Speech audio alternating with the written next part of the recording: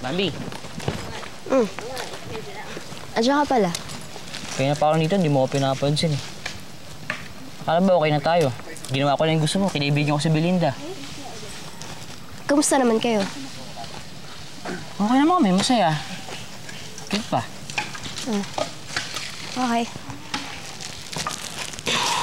Bambi, dali, ha?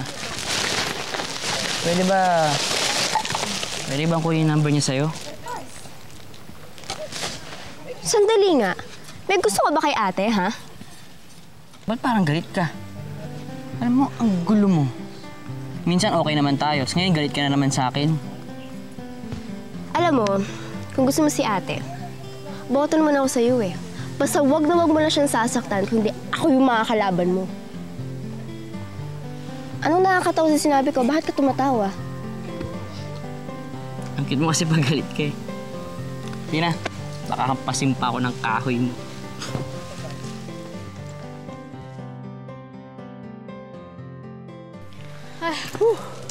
May sasabihin ka ba? Nakalimutan ko sasabihin ko sa'yo eh.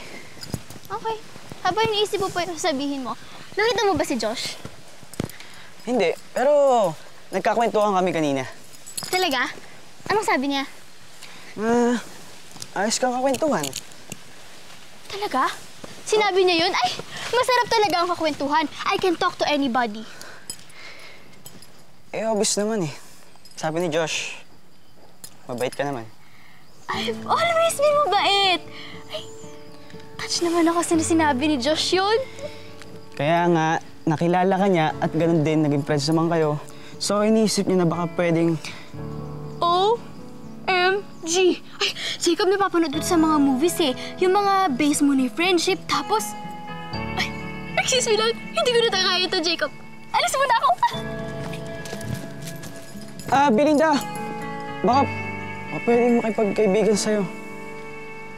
Baka makilala pa ito ng gusto. Tulad ng pagkakilala sa'yo ni Josh. Alam mo, bilib din ako kay Belinda, ah. Kahit ang angas-angas ng itsura niya, at saka kahit i-out ka siya ni Leslie sa grupo nila, mas pinili ka pa niya. Effective rin pala yung paglapit mo sa kanila ni Josh, eh. Kung okay na nga sila eh. Nakikita ko sila magkasama, tatawanan.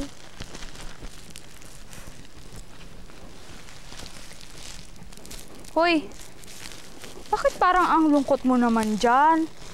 Ha? Ewan ko, siguro namimiss lang namin yung kulitan namin ni Josh. O baka ako lang yung nakakamiss nun.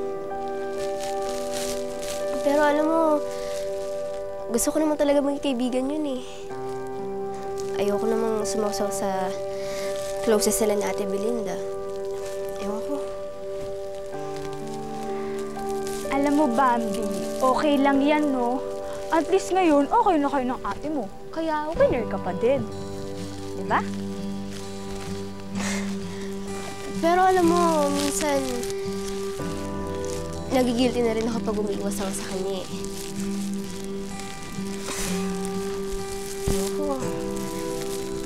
Pero okay na rin yun. Kasi at least ngayon, okay na kami na ate ko.